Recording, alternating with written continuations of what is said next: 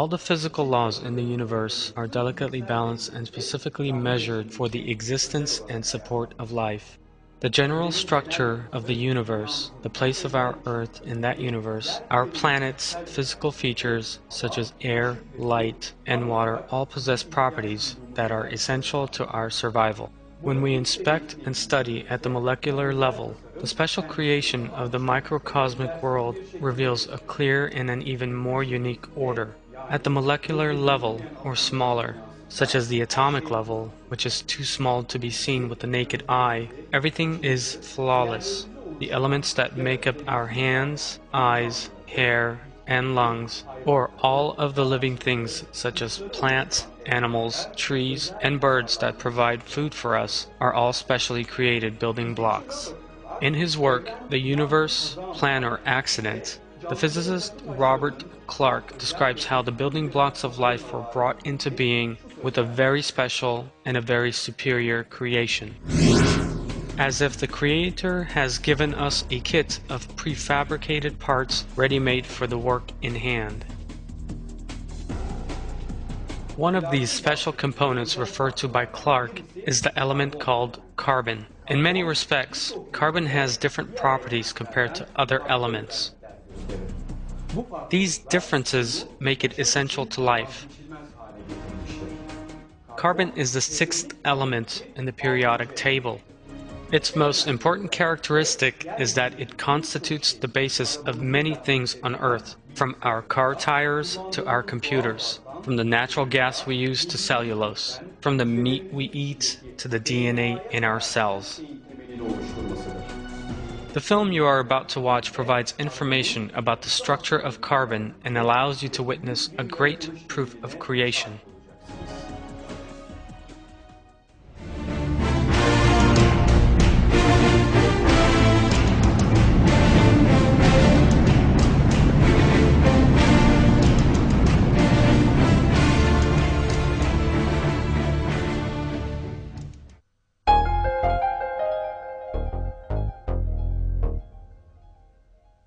The element carbon, the basis of all life, is only produced as the result of very special and miraculous reactions in the centers of giant stars.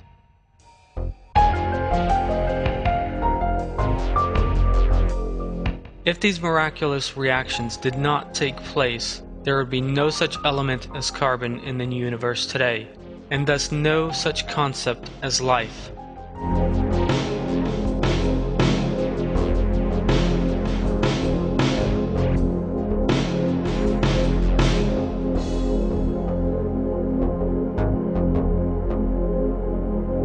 We describe these reactions as miraculous because they only take place in conditions that are impossible under normal circumstances when they combine together. Let us now examine this phenomenon. The carbon atom comes into being as a result of a two-stage process in the nuclei of giant stars.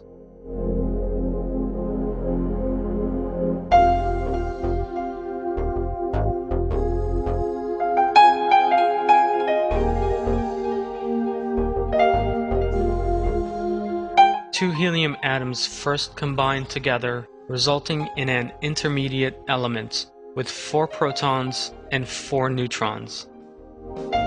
This intermediate element is known as beryllium.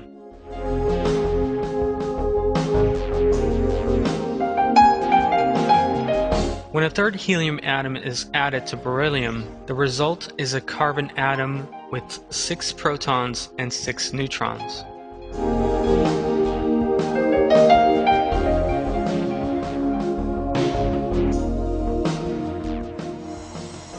The beryllium that emerges in the first stage has a different structure to the beryllium found on Earth. The ordinary beryllium in the periodic table has an extra neutron. The beryllium that forms inside red giant stars, on the other hand, is a different version. Chemists call this an isotope.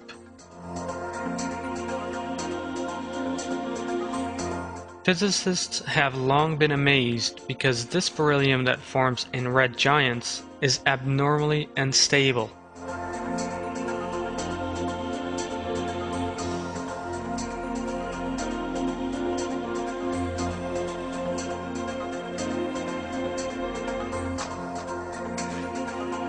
It is so unstable that it disintegrates in as little as 1/400th of a second after it is formed.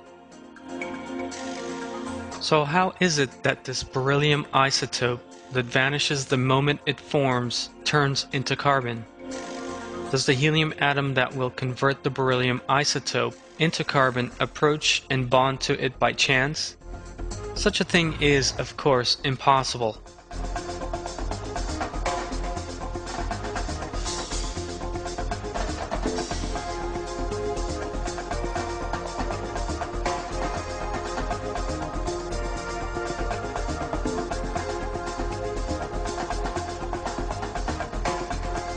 It is just as, or even more impossible, as a third brick being added on top of two other bricks that have come to be standing on top of one another by chance in as little as a trillionth of a second, before the first two bricks collapse, and in such a way a sound piece of construction emerges.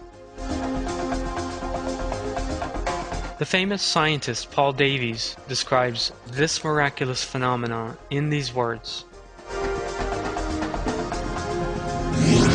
Carbon nuclei are made by a rather delicate process involving the simultaneous encounter of 3 helium nuclei inside the cores of large stars.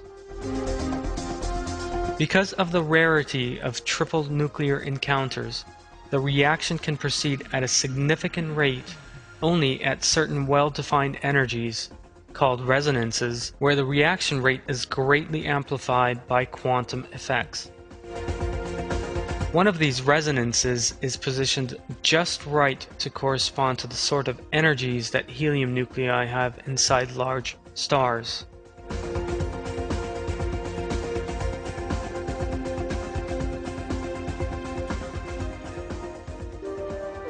A process known as double resonance takes place in red giants. When 2 helium atoms resonate in union, another resonance causes a third helium atom to join the beryllium atom that emerged in as little as 1/400th of a second, and thus give rise to carbon. This is a phenomenon that cannot possibly take place under normal conditions. George Greenstein describes why this double resonance is such an extraordinary mechanism.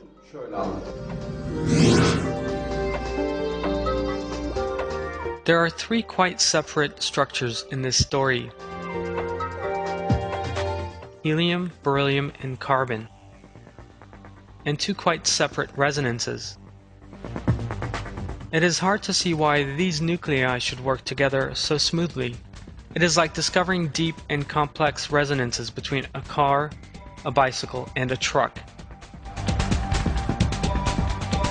Why should such a disparate structure mesh together so perfectly? Upon this our existence, and that of every life form in the universe, depends.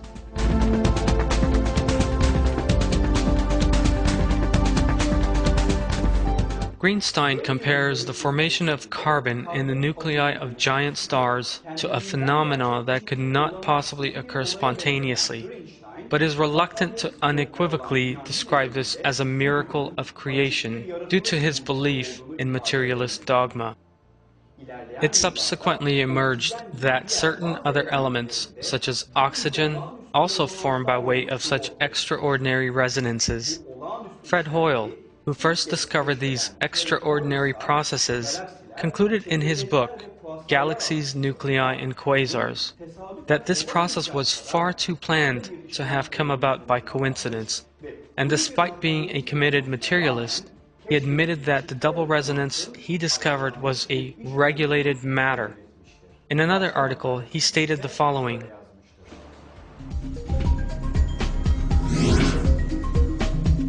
if you want to produce carbon and oxygen in roughly equal quantities by stellar nucleosynthesis, these are the 2 levels you would have to fix, and your fixing would have to be just about where these levels are actually found to be. A common-sense interpretation of the fact suggests that a super-intellect has intervened in physics as well as chemistry and biology, and that there are no blind forces worth speaking about in nature. The numbers one calculates from the facts seem to be so overwhelming as to put this conclusion almost beyond a question.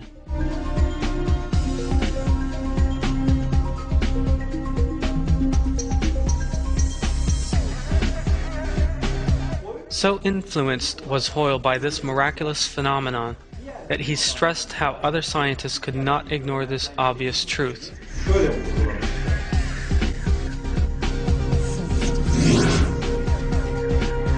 I do not believe that any scientist who examined the evidence would fail to draw the inference that the laws of nuclear physics have been deliberately designed with regard to the consequences they produce inside the stars.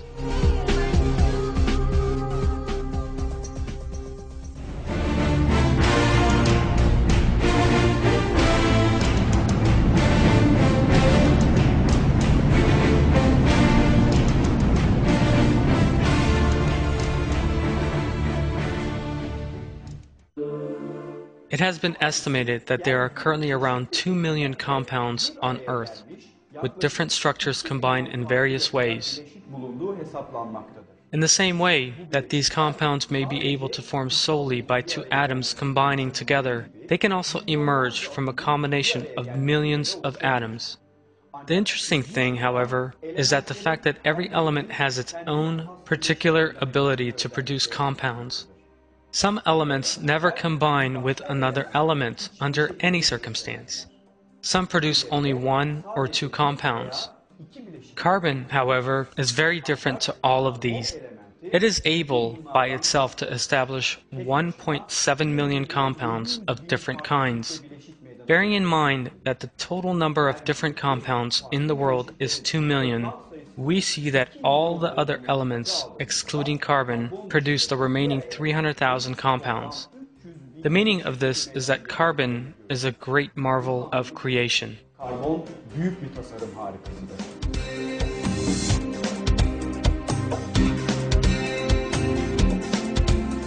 It is also very interesting that there is actually quite a small amount of this vitally important element. Carbon represents only 9 to 10% of living bodies in weight and only 17 parts in 100,000 of the Earth's composition.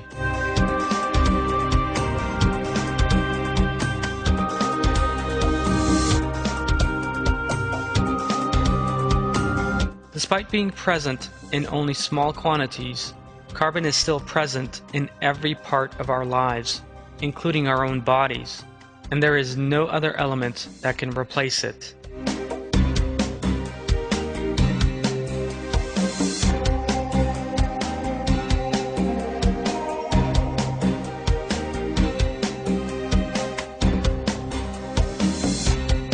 Carbon's property of being easily able to form compounds with other elements stems from the bonds it establishes. Because of its molecular properties, carbon is able to add atoms of the same type to one another and also to combine atoms of different kinds. Other atoms generally lack this property. They can form bonds with certain atoms, but differentiate between others. Carbon forms very strong covalent bonds with other carbon atoms. Since these bonds are very strong, they allow very large and long molecules to form. The carbohydrates, protein, and nucleic acids in the body are large molecules that result from such carbon bonds.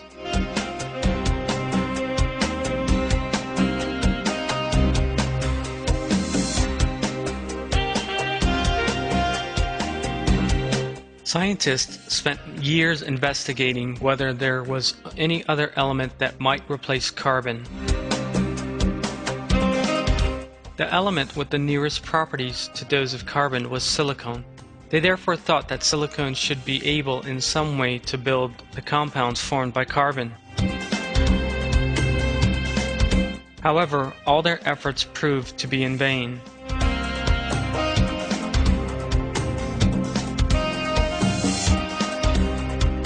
Because silicon had no ability to form a large number of compounds with other elements in the way that carbon does.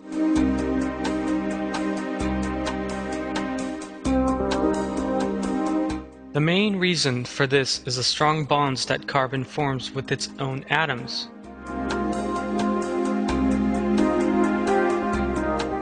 The bond between two carbon atoms is very strong, for which reason it permits much longer and highly stable bonds.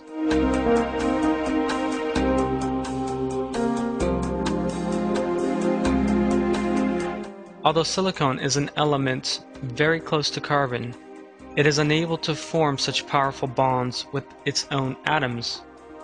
The bond it establishes is weak and unsuited to the formation of long chains.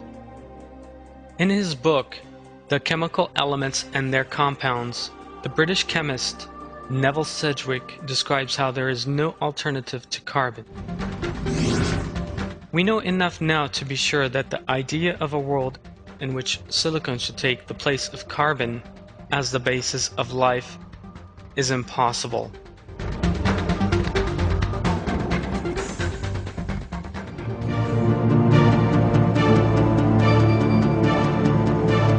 The Earth is the only known planet to have the necessary conditions for carbon to form and give rise to compounds.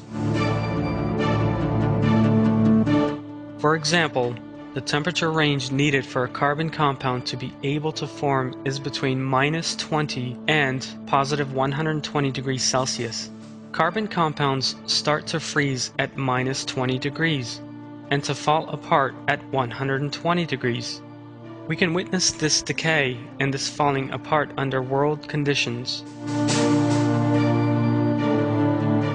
In a forest fire, for instance, the extreme heat entirely alters the structure of tree trunks. Carbon compounds undergo changes, which is the reason that the tree structure is radically altered. The carbon is now lost its original structure. As we have seen, carbon is impaired by temperature changes. If that change were to prevail across the world, life would disappear. This is one of the most important proofs that the Earth is specially created. The temperature range that permits carbon to give rise to organic compounds exists only on Earth. And this temperature range is a highly delicate one.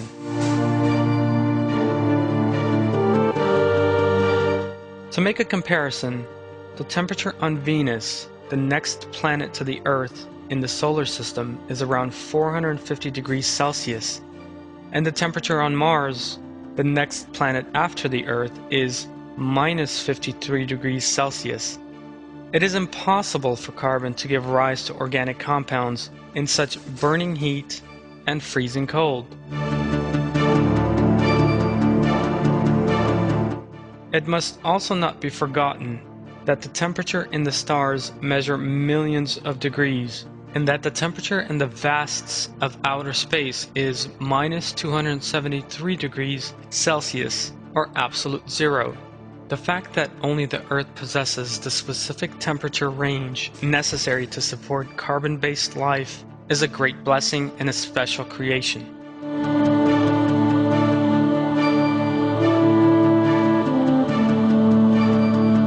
The important thing is to realize, by seeing these perfections and by knowing Allah's matchless artistry, that one stands in need of Allah and should appreciate His greatness. Allah reveals this fact in the Quran.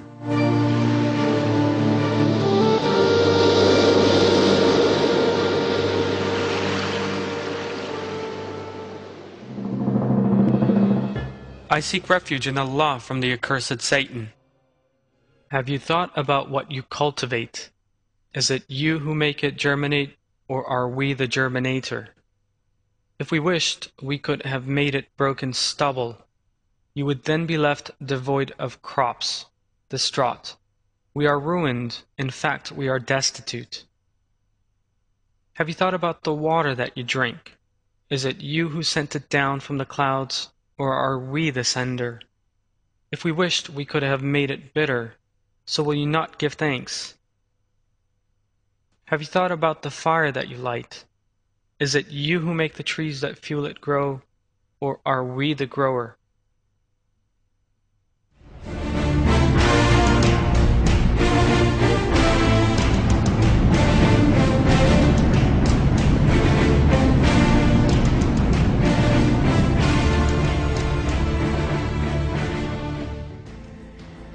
When we examine carbon in detail, we see that not only the formation of this atom, but also its chemical properties have been specially determined. In nature, carbon is found in two separate forms, graphite and diamond. However, the compound it forms produce very different substances. All the very different organic structures, from the cell membrane to tree bark, from the lens of the eye to a deer's antlers, from the white of an egg to snake venom, all these consist of carbon-based compounds. Carbon combines with hydrogen, oxygen, and nitrogen atoms in very different geometrical forms and sequences, thus giving rise to very different substances. Some carbon compounds consist of only a very few atoms, while others contain thousands or even millions.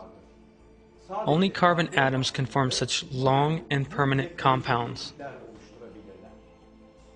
In his book, Neville Sidgwick says this about carbon. Carbon is unique among the elements in the number and variety of the compounds which it can form. Over 250,000 have already been isolated and described, but this gives a very imperfect idea of its powers, since it is the basis of all forms of living matter.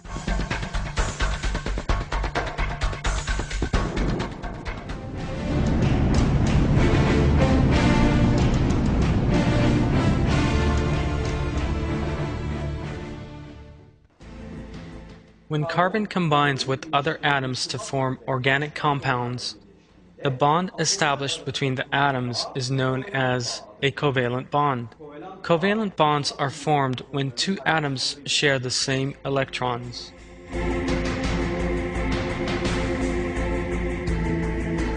Electrons revolve in specific orbits around the atomic nucleus. There may be only 2 electrons in the orbit closest to the nucleus. The next orbit may contain 8, and one after that 18, and so on. The noteworthy point is that atoms have a predisposition to make up the number of electrons in their orbits.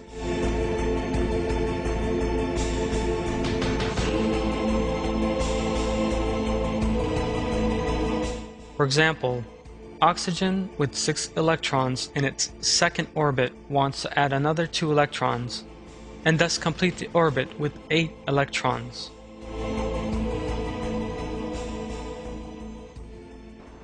No answer can be given to the question of why atoms have such a tendency, but were it not for that predisposition, life forms could obviously never come into being. Covalent bonds are formed thanks to the atoms' desire to complete their orbits. 2 different atoms that want to complete their orbits do so by sharing their electrons. The 2 hydrogen atoms and 1 oxygen atom that constitute water, for instance, build a covalent bond.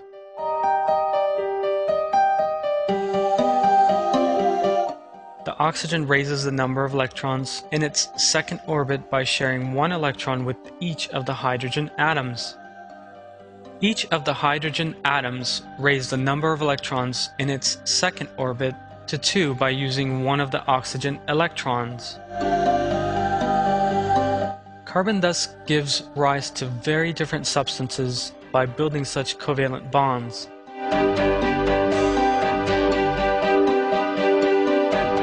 Methane is one of these substances. The formation of methane comes about by 4 hydrogen atoms building a covalent bond with a carbon atom.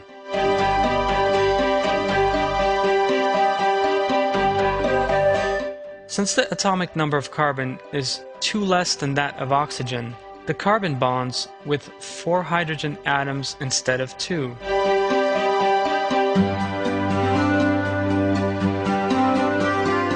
As we said at the beginning, the bonds built by carbon constitute a very wide spectrum. The bonds that carbon establishes with hydrogen alone give rise to the large family known as hydrocarbons. This family includes natural gas, liquid petrol, fuel oil, kerosene, and various machine oils. The hydrocarbons, ethylene and propylene, are the basis of the petrochemical industry.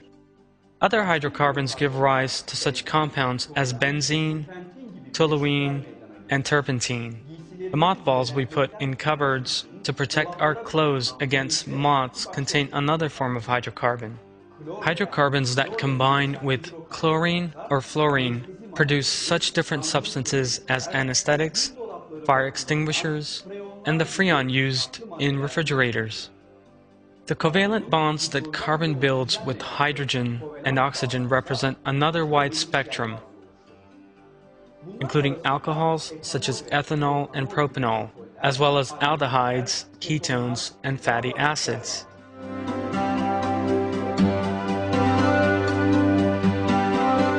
Two important substances formed by carbon, hydrogen, and oxygen compounds are the glucose and fructose in the foods we eat that provide us with energy. Cellulose, the constituent of the hard part of trees that represents the raw material for paper, beeswax, vinegar, and formic acid, again form as the result of the covalent bonds that carbon constructs with hydrogen and oxygen.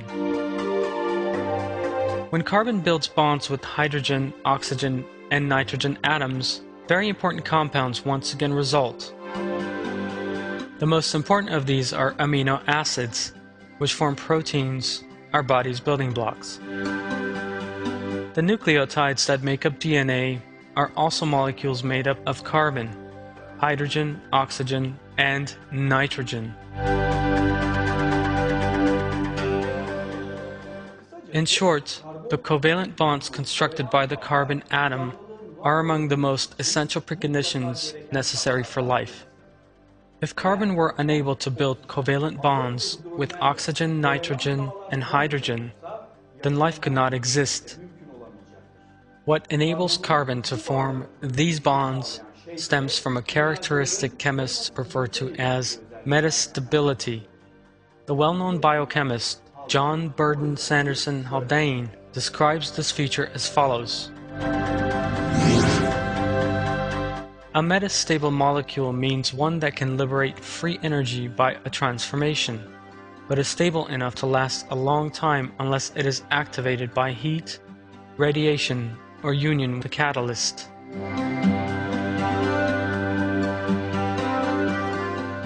This technical definition means that the carbon atom has a very unique structure, thanks to which carbon is easily able to form covalent bonds under normal conditions. However, there is one very interesting point here. Carbon's metastability, which is essential for life, only applies within a very narrow temperature range. Above 100 degrees Celsius, carbon compounds become highly unstable. We all observe this in our daily lives. An example of this is when we cook a piece of meat. Cooking it is actually changing the structure of the carbon compounds. One important point needs to be emphasized. The meat that is being cooked now becomes entirely dead. In other words, it assumes a completely different structure to that in a living organism. Most carbon compounds decay at above 100 degrees Celsius. Many vitamins break down at once. Sugars undergo structural change in the same way and lose their nutritional value. At a slightly higher temperature, 150 degrees Celsius, for instance, carbon compounds start to burn. In other words, the upper limit of the temperature range for carbon compounds to establish covalent bonds and maintain these in a stable manner does not exceed 100 degrees Celsius.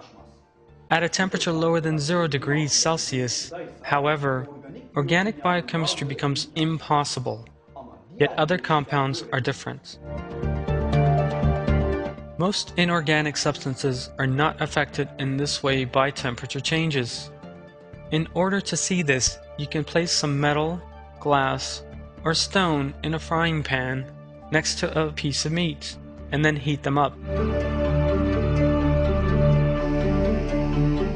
You'll see that as the temperature rises, the structure of the meat changes, it darkens, and eventually burns. Yet nothing happens to the metal, glass, or stone, not even if you raise the temperature by hundreds of degrees. Close inspection shows that the temperature needed by carbon compounds in order to build and maintain covalent bonds is exactly the range that exists on Earth.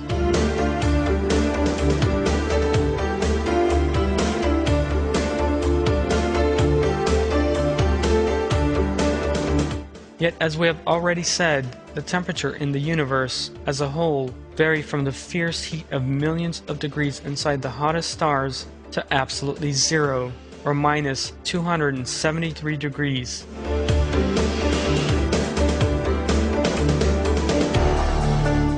Yet the Earth created for human beings possesses just the temperature range required by carbon compounds, the building blocks of life. One more striking aspect of all this is that the temperature range is also one which water assumes a liquid form.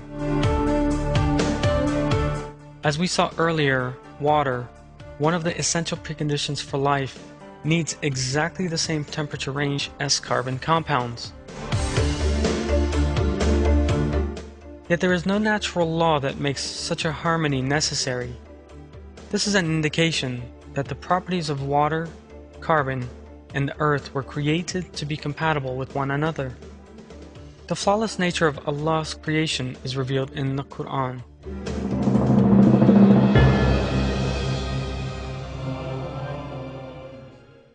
He who created the 7 heavens in layers, you will not find any flaw in the creation of the All-Merciful. Look again. Do you see any gaps? Then look again and again. Your sight will return to you dazzled and exhausted.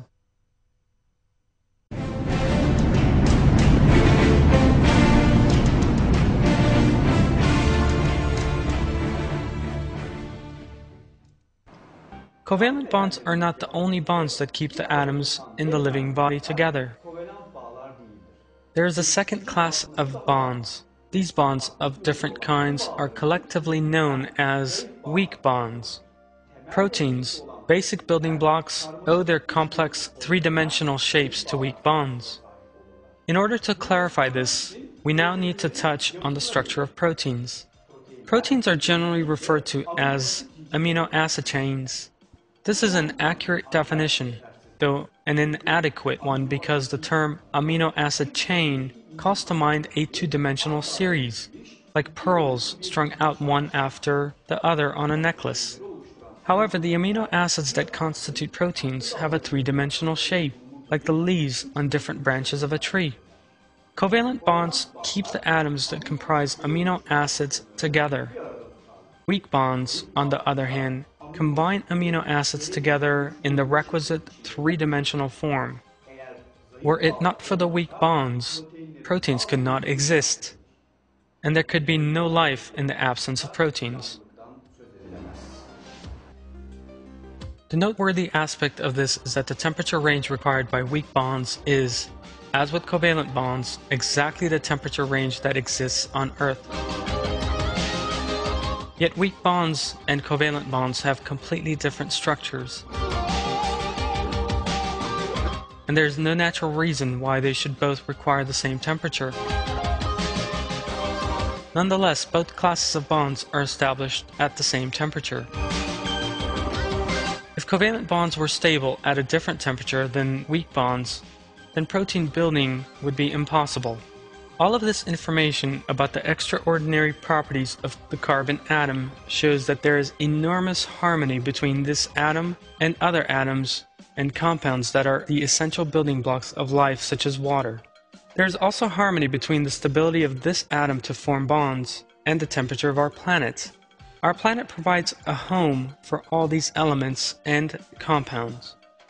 Michael Denton emphasizes this fact in his book, Nature's Destiny. Out of the enormous range of temperatures in the cosmos, there is only one tiny temperature band, in which we have 1. Liquid water, 2. A great plenitude of metastable organic compounds, and 3. Weak bonds for stabilizing the 3D forms of complex molecules. As we have already seen, this narrow temperature range exists solely on Earth among all the known heavenly bodies. What is more, carbon and water, 2 of the main building blocks of life, are found in large amounts on the Earth. All this goes to show that the carbon atom and its extraordinary properties were specially created for life, and that the planet Earth was specially created for carbon-based life.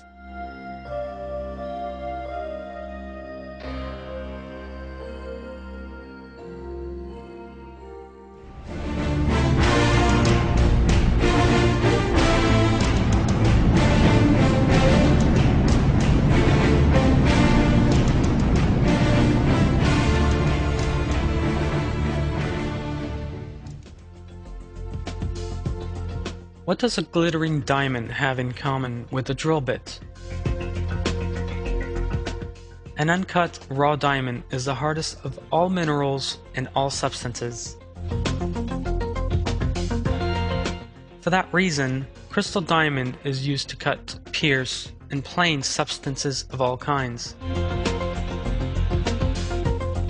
Hardness is the resistance that minerals display to scratching due to external forces. Minerals can easily be defined according to their hardness. A mineral's relative hardness can be determined by scratching it with another. Scientists who established a scoring system in order to determine the hardness of all minerals awarded the diamond 10 points out of 10. So what is it that makes the diamond so hard? It is noteworthy that the brittle and soft graphite used in lead pencils consists of the same atoms as diamond. Like diamond, graphite is made up of carbon atoms.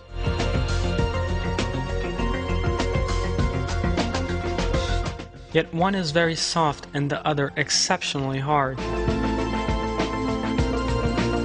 One is like a piece of black coal, whereas the other can have a glittering surface. One is present in abundant quantities in nature, where the other is a rarity. For all these reasons, diamond is of course incomparably more valuable than graphite. So how is it that the carbon atom is able to assume both of these totally different forms? The crystal structure of the diamond is the most perfect example in the whole crystal world. The carbon atoms in a diamond crystal have the ideal geometrical form to endow the diamond with its great hardness.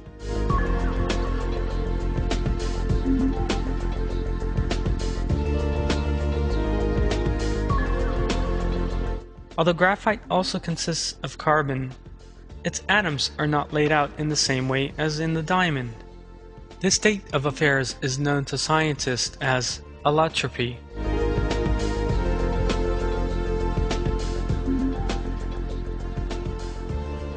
Allotropy is the existence of different physical forms of a chemical element by its atoms being arranged in different ways.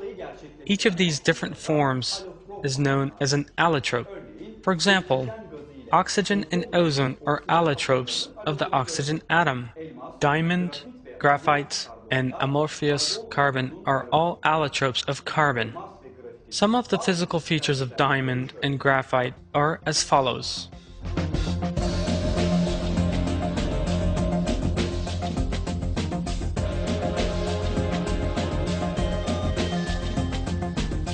As we can see, there are enormous differences between these two substances, based solely upon the difference in the arrangement of their atoms. All of the properties that make the diamond valuable depend on conditions emerging during its formation. The extraordinary conditions necessary for the diamond to form are extreme heat and extreme pressure. The diamond is born in the depths of the Earth's crust. Parts of this that contain melted diamond may erupt onto the surface and freeze, although this is a very rare phenomenon. That explains why the number of diamond seams on Earth is very low, there being only a few rich deposits. The structure of natural diamond and the way it forms have served as a guide for scientists, thanks to which artificial diamonds can now be manufactured. In some experiments, graphite kept at a pressure of 100,000 atmospheres and at a temperature of 3,000 degrees Celsius was converted into diamond. However, synthetic diamonds are not as valuable as natural ones.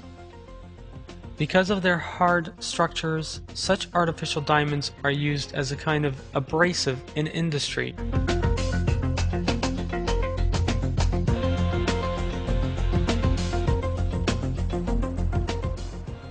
As Sidgwick the chemist has said, the carbon atom, which contains only 6 protons, 6 neutrons, and 6 electrons, is a fully fledged miracle. The difference in the way the atoms are arranged gives birth to such different outcomes. The way that these outcomes are so beneficial for man is sufficient for us to see that all these are a blessing from Allah. Therefore, it is impossible for any of the properties of the carbon atom, which are so essential for life, to have come about by coincidence. Allah created the carbon atom with all of its different characteristics, just as He did everything else.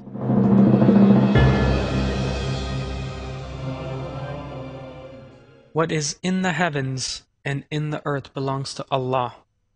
Allah encompasses all things.